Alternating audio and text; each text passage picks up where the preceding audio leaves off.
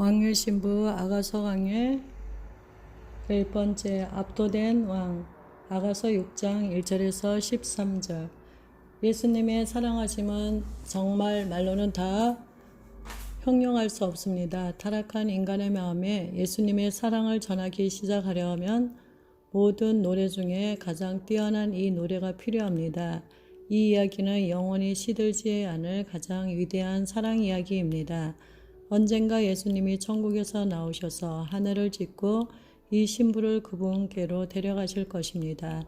할리우드의 천재들도 이 영화로운 노래보다 더 고운 발라드를 만들어내지는 못할 것입니다. 신랑의 미덕을 긋고 칭송하는 그 여인의 말을 예루살렘 딸들이 듣습니다. 그들은 전체가 사랑스러운 이분에 대해 듣고 매혹되었습니다.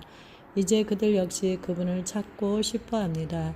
그들은 조만간 아가서 1장 2절에 묘사된 술람미 여인과 같이 될 것이고 그 노래를 다시 부를 것입니다. 아가서 5장 9절에서 사람들이 그가 누구인가 라고 묻습니다. 신랑에 대해 영화롭게 묘사하는 신부의 말을 들은 후 그들은 이제 그분이 어디 계신가 라고 묻습니다. 그분의 아름다우심을 볼 때 그들도 역시 거룩한 열정에 사로잡힐 것입니다. 모든 사역의 목적은 그리스도 예수의 광의를 표현하려는 것이어야만 합니다. 술람미 여인은 예루살렘 딸들도 역시 그분의 뒤를 따라야 한다는 기름 부으심이 있는 대답으로 그들을 확신시킵니다. 그들은 어디서 그분을 찾을 수 있는지를 알아야만 합니다. 여자들 가운데서 어여쁜 자야 내 사랑하는 자가 어디로 갔는가. 사람들은 그 여인이 그녀가 따르는 분의 경건한 모범이라고 여깁니다. 그녀는 예수님의 광채를 입었기에 사람들 눈에 아름답게 보입니다. 그들은 예수님이 아가서 1장 8절에서 사용한 똑같은 문구로 그녀를 묘사합니다. 그들은 예수님이 그녀를 보시는 것과 똑같은 눈으로 그녀를 봅니다. 다른 모든 것에 우선하여 예수님을 바라는 갈망이 그녀의 삶을 매혹적이고 아름답게 만들었습니다. 내 사랑하는 자가 어디로 돌아갔는가? 그들은 그분과의 사이에 거리가 있음을 확실히 알게 됩니다. 그러니 이 왕을 추구하는 일에 합류해야만 합니다. 그들은 그녀와 나란히 그분을 찾기를 원합니다. 실제로 우리는 외따로 있을 때보다 교제를 나누는 중에 참으로 예수님을 발견합니다.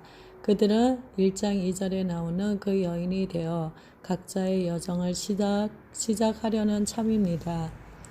동산에 계시는 그분, 내 사랑하는 자가 자기 동산으로 내려가. 그들이 묻는 말을 곰곰이 생각하면 그녀에게 문득 어떤 생각이 떠오릅니다. 그분이 어디 가셨는지 나는 알아. 그분의 동산이 어디 있는지 알아. 내가 그분의 동산이야. 그분은 내 안에 계셔. 주님의 동산은 그분의 교회입니다. 예수님은 그분의 백성 가운데 계십니다. 이것이 아가에 전반적으로 반복되고 있는 가르침입니다. 시험의 때와 영적 목마름의 때에 예수님이 그분의 백성들과 함께 하신다는 것을 우리가 잊은 것 같습니다. 그분은 자신을 사랑하는 자들과 함께 어울리기를 좋아하십니다. 그분은 우리가 완벽해질 때까지 기다렸다가 우리 안에 거하시는 분이 아닙니다. 우리가 그분을 찾을 때까지 기다리십니다. 이 세상 끝날까지 우리와 함께 계실 것입니다. 그리고 끝까지 줄곧 우리를 사랑하실 것입니다. 사랑하는 성도님, 그분의 정원이 교회 안에서 우리의 친구를 찾게 될 것입니다. 이것은 아가서 1장 8절에서 그분이 술람미 여인에게 주셨던 그리스도의 몸의 삶에 함께하라. 나를 따르는 자들의 발자취를 따르라와 똑같은 대답입니다. 우리의 사랑하는 자는 우리로 하여금 풍성한 열매를 맺게 하고 아름다워지게 하는 일에 늘 간섭하시는 정원사이십니다. 오늘날 너무 많은 크리스천들이 울타리 밖의 경험을 찾고 있습니다. 즉 그분의 백성들 가운데서가 아닌 다른 곳에서 주님을 찾을 수 있다고 생각합니다. 그렇지만 영광의 주님은 언제나 그분의 백성 가운데 계실 것입니다. 예수님께서 우리가 경험하기를 바라시는 새로운 경험이 그분의 몸된 교회와의 관계 안에서 이루어질 것입니다. 그분의 교회한 공동체 생활이라는 배경 속에서 그분을 찾기 전까지는 진정 찾을 수 없습니다. 향기로운 꽃밭에 이르러서 그분의 정원에는 대한 아주 다양한 삶의 모습들이 있습니다. 우리 중 어느 누구도 똑같지 않습니다. 우리 모두는 한데 어우러졌을 때 그분을 기쁘시게 하는 여러 가지 다른 향료들과 같습니다. 그분은 다양한 향냄을 바라는 향기로운 꽃밭과 같은 자신의 정원의 다채로움을 크게 기뻐하십니다. 주님은 우리가 그분의 정원에 있는 여러 가지 다른 향기를 귀히 여기기를 원하십니다. 다른 교회들이 모두 우리 교회와 똑같지 않다는 것을 우리가 다행으로 여길 수 있어야 합니다. 성도들 모두가 우리와 똑같지 않지요. 교회에는 예수님께 드리는 향이 있습니다. 바로 성도들이 그분께 특별히 향기로운 꽃밭입니다. 우리 안에 사랑을 불어넣으신 분이 이 꽃밭을 보면서 기뻐하실 것입니다. 그분은 우리가 드리는 다양한 사랑의 표현으로 마음을 채우려고 오십니다. 예수님은 그분의 교회 전체를 사랑하시지만 각각 다른 차원의 친밀함으로 개개인에게 자신을 다르게 나타내실 것입니다. 동상 가운데서 백합화를 꺾는구나. 이 구절은 그분의 신부가 사랑에 참여함으로 인해 예수님이 가지신 심원한 즐거움을 말합니다. 그분은 우리가 그분께 드린 헌신의 순결함으로 마음을 채우십니다. 순수 백합화를 거두려고 정원에서 정원으로 등불에서 등불로 두루두루 다니십니다. 왕은 신부 공동체의 각 지체를 즐거워하십니다. 백합화는 순결과 결백함과 신부의 정절로 예수님께 신실하게 헌신된 성도들입니다. 백합화를 꺾는다는 것은 오직 그분만의 소유로 삼을 신부를 하나 되게 한다는 뜻입니다. 예수님은 우리에게 오셔서 우리가 그분을 향해 가진 똑같은 사랑으로 서로를 사랑하며 연합되어 있는 모습을 보기를 갈망하십니다. 우리의 구세주는 오셔서 또한 잃어버린 자들을 모아 그분의 동산에 백합화가 되게 하실 것입니다. 온전히 그분의 것. 나는 내 사랑하는 자에게 속하였고 내 사랑하는 자는 내게 속하였으며, 이 구절은 이 이야기 속에서 신부가 한 가장 멋진 말 중 하나입니다. 자신을 그분의 동산이라고 부르는 그분의 음성을 듣고 이제 그분께 자신을 온전히 내어드립니다.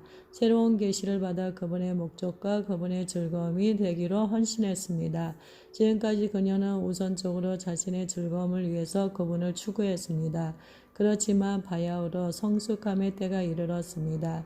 그녀의 삶의 초점은 이제 자신으로부터 예수님의 인격으로 옮겨졌습니다. 그분의 리더십 아래 이제 그녀의 전생애가 그분의 것이 된 것입니다. 그분의 신부가 된다는 것은 우리가 그분을 위해 이 세상에 존재한다는 것을 이해하는 것입니다. 우리는 자신의 삶을 살 것이 아니라 그분께 우리의 삶을 쏟아 부어야 합니다. 그녀가 갈망하는 한 가지는 그분의 유업이 되고자 하는 것입니다. 어느 누구도 그녀에 대한 권리가 없습니다. 그녀는 그분의 것이고 오로지 그분만의 것이며 다른 누구와도 나누어 가질 수 없는 그분의 백합화입니다. 그녀의 이야기는 우리의 이야기입니다. 자기 중심적인 삶에서부터 오직 그분만을 위한 삶으로 전환되는 이야기입니다. 우리 모두는 자기 만족에 대한 갈망을 가지고 예수님의 마음속으로 들어가는 여행을 시작합니다. 그분이 우리를 즐거워하는 것이 아니라 우리가 예수님을 즐거워하는 것에 초점을 둡니다. 예수님이 우리를 위해 무엇을 하셨는지 그리고 우리에게 무엇이 되시는지를 사람들에게 말합니다. 이것이 그분을 알아가는 놀라운 기쁨이며 합당한 즐거움입니다. 그러다가 때가 차면 우리를 즐거워할 그분의 권리를 인정하고 사랑 가운데 성숙해야만 합니다.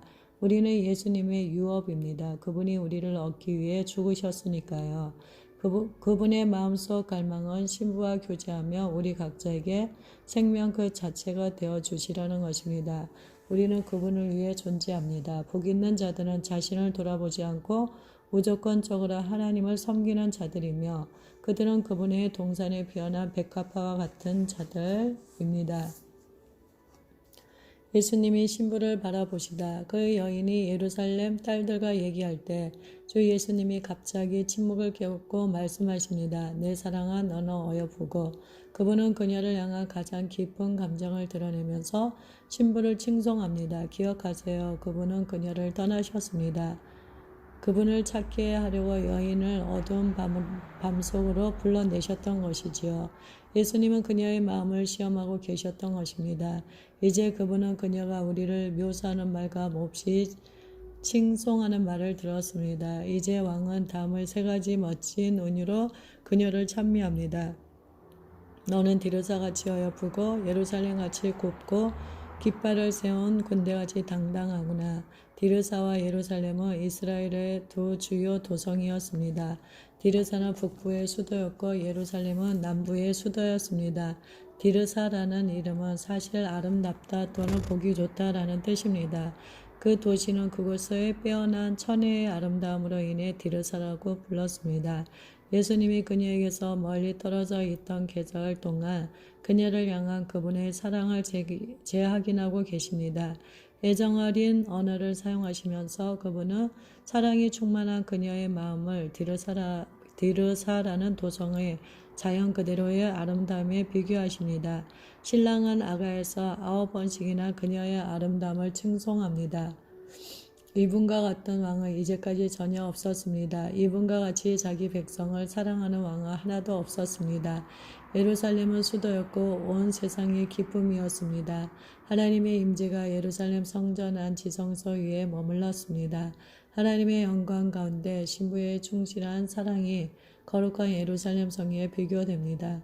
예루살렘이 예배의 중심지였던 것처럼 혹독한 시험을 당하는 동안 그녀가 드린 예배를 통해 내면의 아름다움이 드러납니다. 예루살렘이 하나님이 거하시는 곳인 것처럼 그분도 그녀에 대해 너희 장막이 어찌 그리 사랑스러운가 라고 말씀하십니다. 시험을 통과해 맺은 열매 속에 그녀의 영의 진정한 사랑스러움이 깃든 것은 그녀가 굴하지 않는 사랑으로 견디었기 때문입니다. 그분이 친히 이 아름다움으로 그녀의 내면을 완벽하게 하신 것입니다. 우리를 향한 그분의 사랑이 우리를 아름답게 합니다. 사랑하는 성도님, 우리는 하나님이 거하시는 아름다운 처소입니다. 성경은 하나님의 사람들을 도성이라고 말합니다. 우리가 산 위에 있는 동네와 같다고 합니다. 아브라함은 하나님이 설계하고 건축하신 이 도성을 바라보았습니다. 아브라함이 본 것은 두 가지인데 하나는 하나님이 세우신 성이고 다른 하나는 하나님의 아들을 위한 신부였습니다.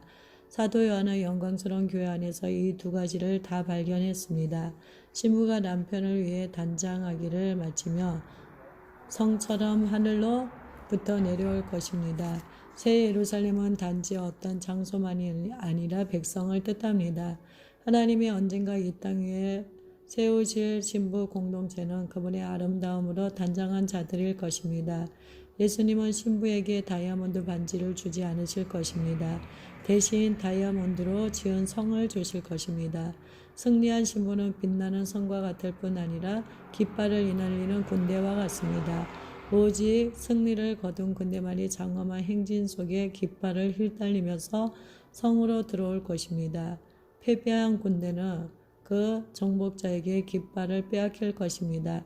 깃발을 휘날리는 군단은 굉장한 승리를 거두고 질서와 서열을 잘 유지하면서 행진에 들어옵니다.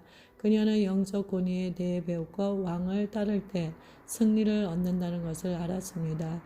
수려한 아름다움과 장엄한 능력이 이제 신부의 특징이 되었습니다. 그녀는 대적을 무너뜨릴 준비가 되었습니다. 그녀는 전투화를 신은 신부인 것입니다. 그분의 권위 아래 전진하는 것이 어두운 세력을 장악하고 영적 승리를 얻는 열쇠입니다. 그녀는 무슨 일이 있어도 그분께 충성을 다합니다. 예수님은 자신의 신부가 승리의 깃발을 휘날리는 막강한 공대처럼 근사하다고 하십니다. 그 사랑의 깃발이 고난 중에 있는 그녀에게 승리의 깃발이 됩니다. 압도당하신 예수님, 내 눈이 나를 놀라게 하니 돌이켜 나를 보지 말라. 예수님은 어쩌면 그토록 극렬한 눈으로 그분의 신부를 바라볼 수 있을까요? 그분의 눈에는 우리가 사랑스러워 보입니다. 우리가 고통 중에서 충실한 사랑으로 그분을 추구할 때 그분의 마음은 말로 표현할 수 없을 만큼 감동됩니다. 그분은 더 이상 견딜 수 없어 라고 하시면서 예배드리고 있는 신부에게 그만 바라보라고 하십니다. 사랑하는 성도님, 믿음의 눈을 그분께 고정시킬 때 예수님이 어떻게 되는지 아세요? 사모하는 표정이 그분의 마음을 압도한답니다. 믿음으로 충만한 눈이 하나님의 아들의 마음을 빼앗습니다. 술람미 여인은 밀가부로도 거듭거듭 시험을 당했고 그러는 동안 내내 그녀는 자신의 헌신은 왕이 저항할 수 없을 정도로 아름답다는 것을 미처 깨닫지 못하고 있었습니다. 그래서 그분은 눈을 돌이켜 달라는 시적인 표현을 사용하십니다.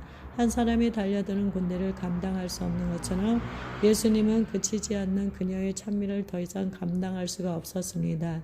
이것이 우리의 사랑이 지닌 위대한 힘입니다. 우리가 다음이 없는 찬양으로 예배 드릴 때 연인이자 친구 되신 분의 마음을 꽉 잡은 것입니다. 상상해 보세요. 불타는 사랑으로 빛나는 우리의 눈이 위대하신 하나님의 아들 영광의 왕자를 압도한다는 것을 우리의 아름다운 헌신이 그분의 마음을 정복합니다. 영원하신 신랑이 신부에게 정복당했음을 직접 선포합니다. 그녀가 비둘기 눈으로 그분을 정복한 것입니다. 그녀는 아직도 완벽하지 못하고 그것은 우리도 마찬가지입니다. 그녀가 광야에서 벗어나려면 사랑하는 자에게 의지해야 하지만 그럼에도 불구하고 그녀에게는 하나님의 마음을 빼앗을 역량이 충분히 있습니다. 아가에 들어있는 훌륭한 계시 중 하나는 아무리 연약하고 완벽하지 않은 신자들일지라도 그들이 하나님을 바라보기만 하면 하나님은 마음을 압도당한다는 것입니다. 예수님은 만유를 지으셨습니다. 별들과 은하수, 천체, 하늘, 들판과 산봉우리. 그렇지만 이 모든 창조물의 아름다움 중 어느 하나도 우리만큼 하나님의 마음을 압도하지는 못합니다. 이 영원하신 왕은 언젠가 열방 위에 쇠막대를 들어올려 산산조각 낼 것입니다. 왕의 광의가 드러나는 날 격분한 모든 사탄이 장차 오실 왕께 대적하며 나올 것입니다.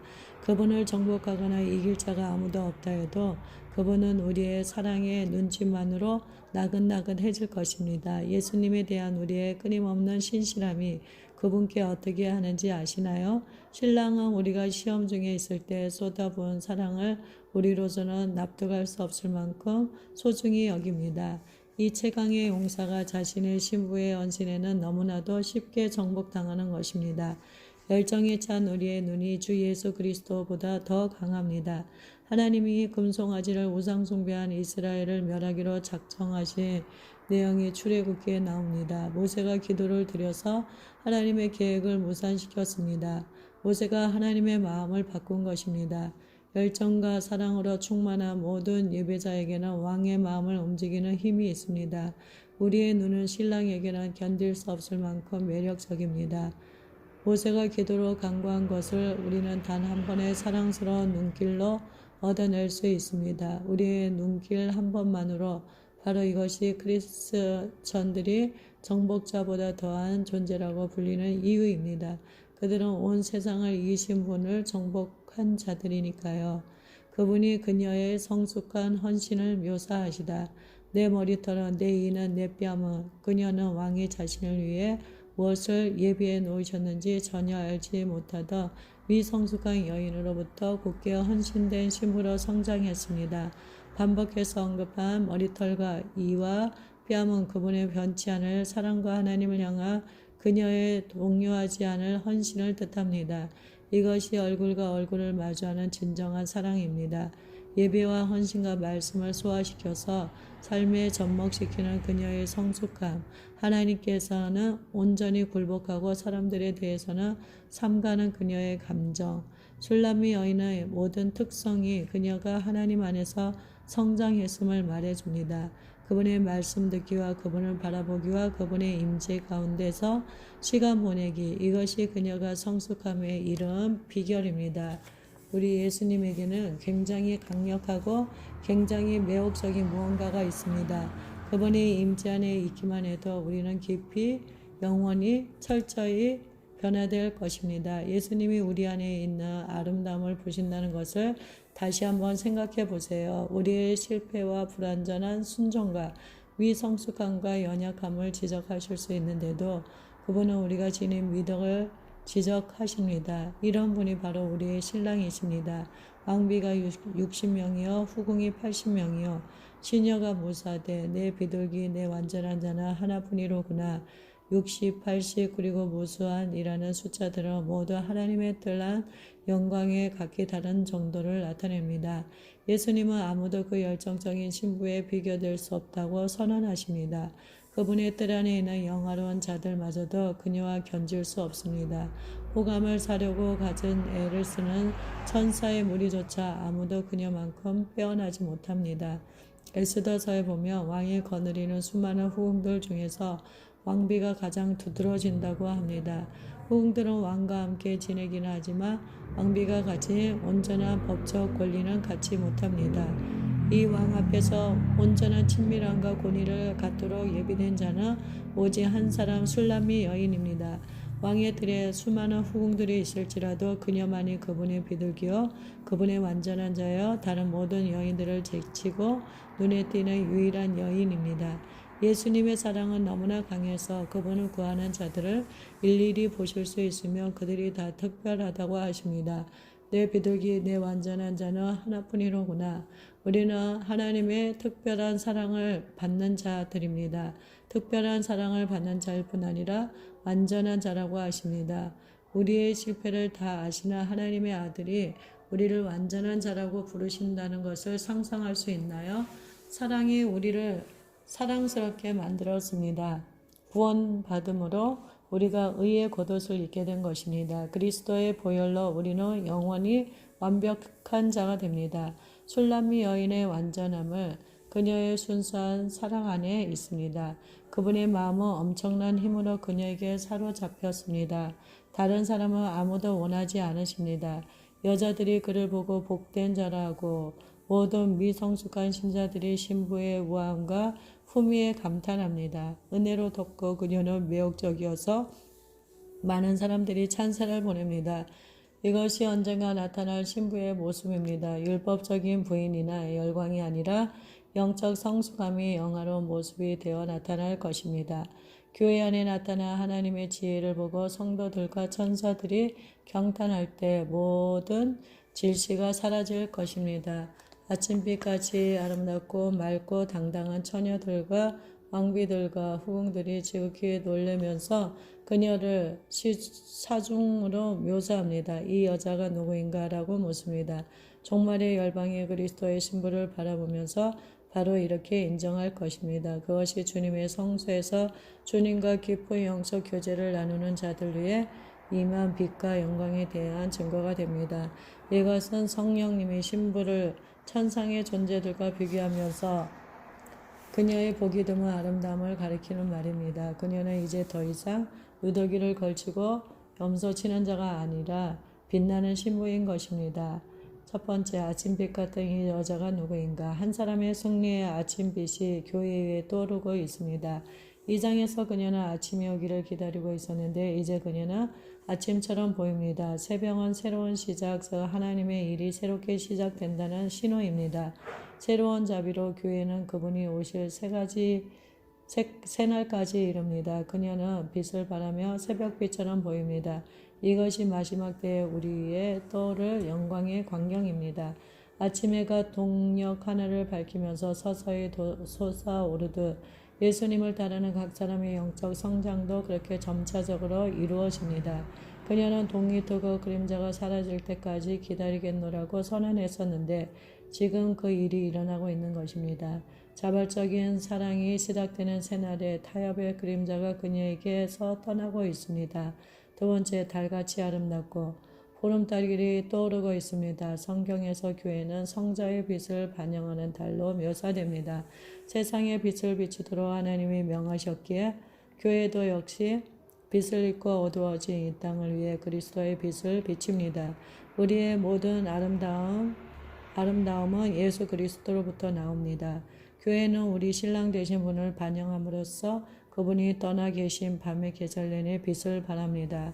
우리 죄가 터져 나오면서 만든 구멍들로 손상을 입었을지언정 우리는 밤의 계절 동안 다스리면서 그리고 사탄의 공격을 견뎌내면서 빛을 비칩니다. 추수기의 보름달인 신실한 증인은 복음을 전파하는 우리의 능력을 말합니다. 달은 1년에 12번씩 그녀에게 증거를 보여줍니다. 12는 하나님의 통치의 숫자입니다. 세 번째, 해같이 맑고 점점 더해가는 그분의 영광의 위대하심이 그녀 위에 비치고 있습니다. 처음에는 돋는 해의 어렴풋한 빛이 나타나더니 추수기 보름달의 아름다움이 나타나고 이윽고 해와 같이 뚜렷한 빛이 비칩니다. 우리가 예수님의 형상을 지닐 때까지 하나님이 우리를 영광에서 영광으로 데려가실 것입니다. 하나님의 아들을 너무나 사랑하시기에 꼭 그와 같은 사람들로 천국을 채우시려는 것입니다.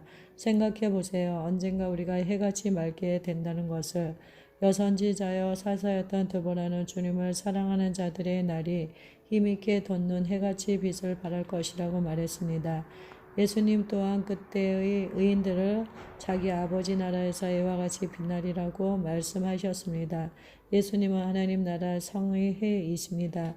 그 의의 해는 그 성의 빛이 될 것입니다. 오직 교회만이 주 예수님과 똑같은 은유로 묘사됩니다. 밤과 낮의 여왕과 새 하늘과 새 땅의 여왕처럼 신부는 영원토록 그분의 영광을 지닐 것입니다. 그녀는 이제 주님의 아름다움을 반영하는 거울이 되었습니다. 네 번째, 깃발을 세운 군대같이 당당한 전투하는 교회가 깃발을 휘날리는 위풍당당한 군대와 같이 일어나려는 참입니다. 그 위험 있는 군대는 모든 어둠의 세력에서 완전한 승리를 거둘 것입니다. 그녀가 모든 죄를 이겨내고 승리할 때 하나님의 전투형 본봉이 됩니다. 별은 사탄을 이기고 어둠의 권세로 하여금 두려움에 떨게 하는 하늘나라 군대입니다. 그분의 사랑스러운 신부는 찬양의 깃발을 높이 들고 하늘나라에 꽉 진치고 있는 군대와 같습니다. 하나님의 사랑이 얼마나 영화로운지요. 예전에 반항하던 자를 데려다가 높은 왕좌에 앉히다니 이 얼마나 거룩한 불의인가요? 주님은 자신의 교회에 자신의 영광을 주기를 기뻐하십니다. 처음에는 지평선 위에 해돋이처럼 보이다가 어느 날 영원한 성을 비추게 될 것입니다. 이것이 앞으로 될 교회의 모습입니다. 그분의 소중한 반려자, 내가 새순이 났는가 알려고 내려갔을 때에 신부는 이제 자신의 운명을 깨닫기 시작합니다. 역경의 북풍에 시달리면서도 어떤 대가를 치르더라도 온전히 순종할 것에 예라고 대답했습니다. 주님은 그녀의 외적 삶의 저변에 깔려있는 미처 인식되지 않은 단청선을 그녀에게 보여주셨습니다. 그리스도의 소중한 반려자로서 그녀는 네 차례나 거듭되는 주님의 증거를 받았습니다. 이제 그녀는 그리스도의 몸을 향해 돌이켜서 축복이 될 준비를 마쳤습니다. 교회를 위한 성숙한 사랑이 그 여인 안에 자라났습니다. 지난날 핍박과 사람들의 미성숙함 때문에 상처를 입었지만 이제 그녀는 변화되었습니다. 빌립보서 2장 3, 4절 말씀이 그녀에게 현실로 이루어지면서 타인을 위해 살 준비가 되었습니다. 각각 자기 일을 돌볼 뿐더러 또한 각각 다른 사람들의 일을 돌보아 호도 동사는 교회를 묘사하기에는 상당히 익살맞은 표현입니다. 그렇지 않은가요? 알다시피 교회 안에는 언제나 골칫덩어들이 있잖아요. 그녀는 자신을 겸손히 낮추고 다른 사역에 새순이 났는지 보려고 내려갑니다. 보기만 할 뿐 아니라 다른 사람들을 위해 중보하려고 골짜기를 내려갑니다. 이 사람들을 호도나무에 비교한 것입니다. 호도처럼 우리들 중 많은 사람들이 단단한 껍질로 둘러싸여 있어서 그 속에 열매가 나오려면 땅에 떨어져 죽어야만 합니다. 그 호도가 한때는 사람들을 청결케 하는 비누에도 사용되고 영양을 공급하는 음식에도 사용된 것이 있었습니다. 서늘한 그림자를 들이우는 이 나무는 언젠가 많은 사람들을 새로워지게 하는 원천이 될 것입니다. 그 여인은 그리스도의 몸 안에서 이루어지고 있는 사역들의 성장을 지지하고 중보하기에 겸손히 기꺼이 나아옵니다. 그녀의 자멸적인 태도는 교회를 섬기는 진정한 봉사자의 마음으로 바뀌었습니다. 새순이 어디서 돋아나는지를 보세요. 골짜기에서라고 합니다. 삶의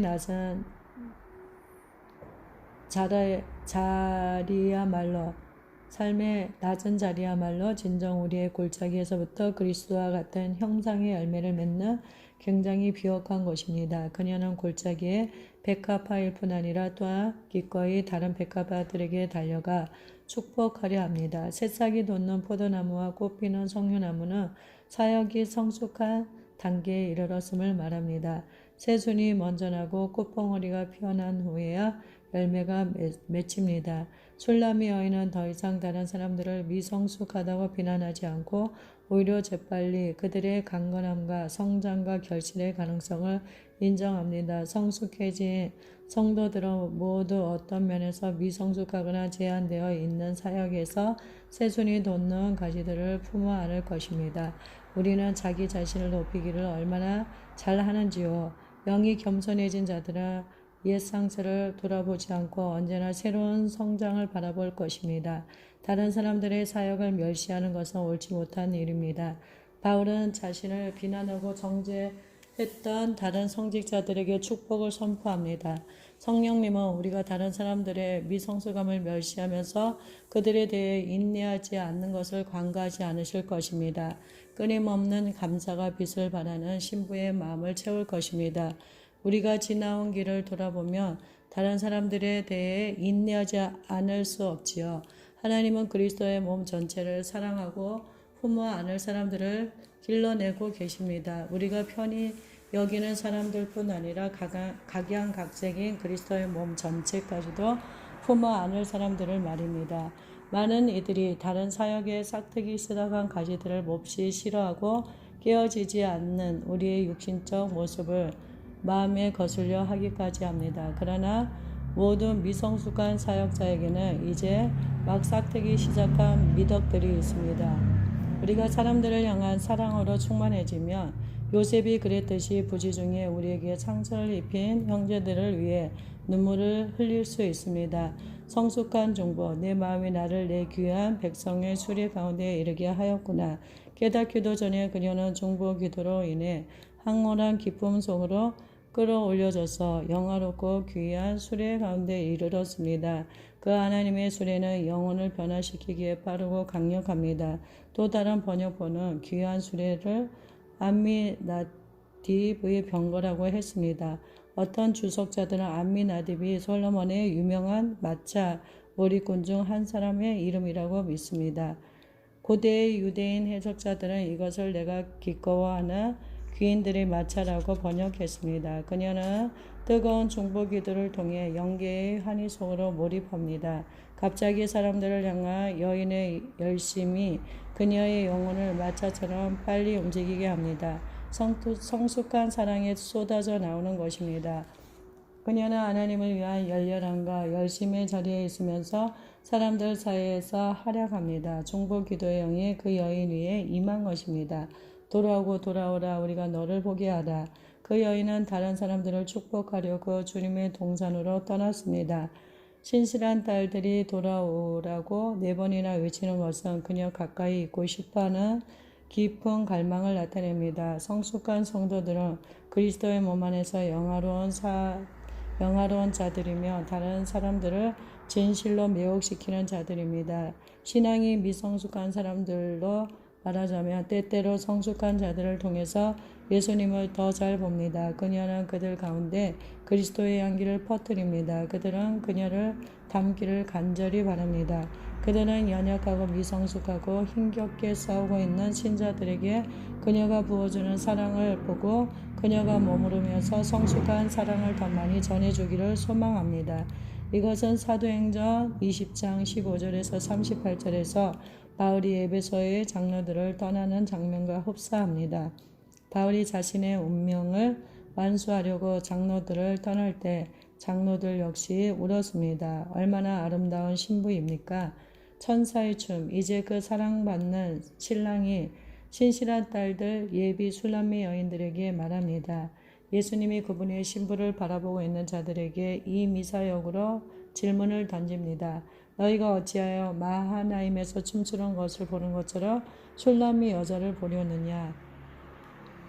그분은 그녀에게서 무엇을 보느냐? 천사의 춤을 보는 것 같지 않느냐? 라고 묻고 있는 것입니다.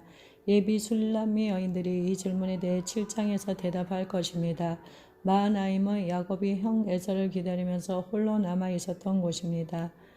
오래전 야곱이 속임수를 써서 아버지와 형을 속이고 장자권을 훔쳤을 때 그들은 서로 다투었습니다.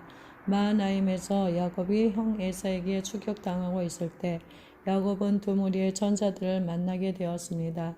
그래서 그가 그곳을 두 무리 또는 두 군단이라는 뜻의 마하나임이라고 이름 지었던 것입니다. 약속의 땅의 천사들은 야곱이 유업으로 받은 땅으로 돌아올 때 그를 축복하는 환영위원회를 조직했습니다. 야곱은 약속이 있는 아버지의 집으로 돌아오고 있는 구약판 방탕한 아들이었습니다. 천사들이 야곱의 귀향을 기뻐하며 그를 둘러싸고 춤을 추었습니다. 강력한 이 두 군단의 천사들이 야곱을 그의 분노한 형으로부터 보호하겠지요. 예수님은 그분의 빛나는 신부를 바라보시며 천사들의 춤이라고 여깁니다. 바로 야곱이 약속의 땅으로 귀향할 때 보았던 이 춤처럼 신부가 자신의 유업의 온전함 속에 걷기 시작할 때 천사와 함께 춤을 추게 될 것입니다. 진정 그녀는 그분 보시기에 아름답습니다. 천사의 무리와 함께 승리의 춤을 추고 있는 자처럼 말입니다. 이 예수님의 노래에 맞추어 춤추기는 아주 쉽습니다.